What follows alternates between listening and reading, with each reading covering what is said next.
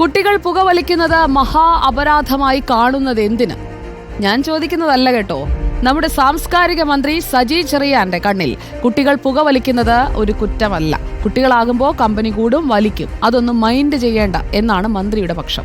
U പ്രതിഭ MLAയുടെ മകനെതിരെയുള്ള കേസാണ് സജി ചെറിയാൻ എന്ന മന്ത്രി യു പ്രതിഭയെ വേദിയിലിരുത്തി ന്യായീകരിക്കാൻ ശ്രമിച്ചത്. പക്ഷേ MLAയുടെ മകനെതിരെയുള്ള കേസ് കഞ്ചാവ് ഉപയോഗിച്ചതിനും കൈവശം വെച്ചതിനുമാണെന്നത് മന്ത്രി അങ്ങ് വിട്ടുകളഞ്ഞു.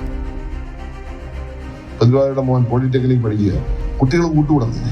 ഒരു വർത്തമാനം പറഞ്ഞു, ആരാണ്ട് ഒന്ന് പിടിച്ചു. ആ കുട്ടി എന്തെങ്കിലും മോശപ്പെട്ട കാര്യം ചെയ്തെന്നൊന്നും ഒരു കേസിലുമില്ല. ആ FIR ഒക്കെ ഞാൻ വായിച്ചു. പുക വലിച്ചു, ഞാനും പുക വലിക്കുന്നതാണ്, വല്ലപ്പോഴും റിസൾട്ട് പേടിക്കുന്നത് പറയും. പുക വലിച്ചു FIR എഴുതി, അതിന് ജാമ്യമില്ലാത്ത വകുപ്പ് നേടും. നമ്മുടെ കുഞ്ഞുങ്ങളല്ല, അവരാരെങ്കിലും ഒന്ന് വർത്താനം പറഞ്ഞ അവിടെ ഇരുന്നു. നമ്മളാരും പിന്നെ കുഞ്ഞുങ്ങളല്ല അതിലേക്ക് വന്നത്. ഈ ഇരിക്കുന്നവരല്ല ഓരോരുത്തരും അവര് കാണിച്ച പണിയൊക്കെ കൂട്ടി വെച്ചാൽ എത്ര പുത്ത് എഴുതാൻ പറ്റും? എന്തെല്ലാം കൊച്ചു കുട്ടികളല്ലേ, അവര് കമ്പനി അടിക്കും, വർത്താനം പറഞ്ഞ് ചിലപ്പോൾ ഒരു പുക വലിച്ച, അതിനെന്താ വലിച്ച ശരിയാണെന്നല്ലേ, ചെയ്തിട്ടുണ്ടെങ്കിൽ തെറ്റ്, അത് വേറെ കാര്യം ഉപേക്ഷിക്കാം. വലിയൊരു മഹാപരാധമാണ്. ഇതാദ്യമായല്ല വിവാദ പ്രസ്താവനകളിലൂടെ സജി ചെറിയാൻ കളം നിറയുന്നത്. മന്ത്രിസ്ഥാനം രാജിവെക്കുന്നതിലേക്ക് നയിച്ച ഭരണഘടനാ വിവാദ പരാമർശം ഓർമ്മയില്ലേ? കുന്തം കുടച്ചക്രം, അതടക്കം തുടർച്ചയായി പൊല്ലാപ്പുകൾ വരുത്തുന്നത് അദ്ദേഹത്തിന് ഒരു ശീലമായിരിക്കുകയാണ്. ആ പഴയ പ്രതികരണങ്ങൾ കൂടി നമുക്കൊന്ന് ഓർത്തെടുക്കാം. രാജ്യത്ത് ഏത് ആള് പ്രസംഗിച്ചാലും ഞാൻ സമ്മതിക്കില്ല. ഈ രാജ്യത്ത് ഏറ്റവും കൊള്ളയടിക്കാൻ പറ്റിയ ഏറ്റവും മനോഹരമായ ഒരു ഭരണഘടന എഴുതി വെച്ചിട്ടുണ്ട്.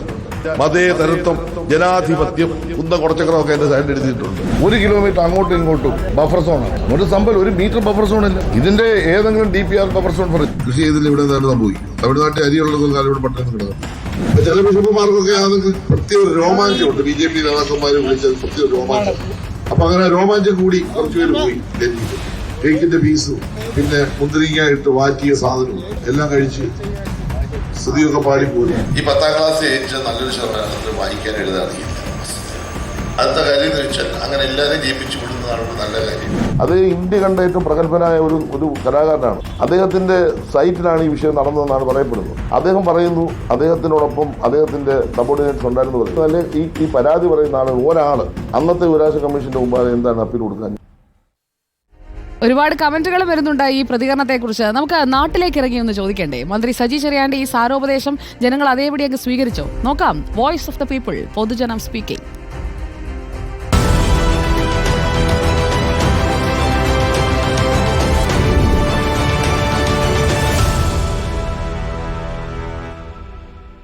അതൊരു മന്ത്രിക്ക് ചോദിക്കാൻ പറ്റിയ കാര്യങ്ങളൊന്നുമല്ല. കുഞ്ഞുങ്ങൾ വരും തലമുറകൾ നശിച്ചുകൊണ്ടിരിക്കുകയില്ലേ. ഒരിക്കലും നമ്മൾ ന്യായീകരിക്കരുത്, അവരെ പറഞ്ഞ് തിരുത്തി മാറ്റിയെടുക്കുക ചെയ്യേണ്ടത്.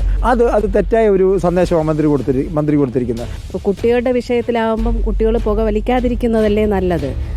അത് ഏത് തരത്തിലെന്ന് പറഞ്ഞാലും ആ കാര്യത്തോട് യോജിക്കുന്നില്ല. പറയാൻ പാടില്ല, പറഞ്ഞത് വിവരക്കേടാ. ശരിക്കും സിഗരറ്റിൽ തന്നെ എഴുതിയിട്ടുണ്ടല്ലോ ആരോഗ്യത്തിന് ഹാനികരമാണെന്ന്.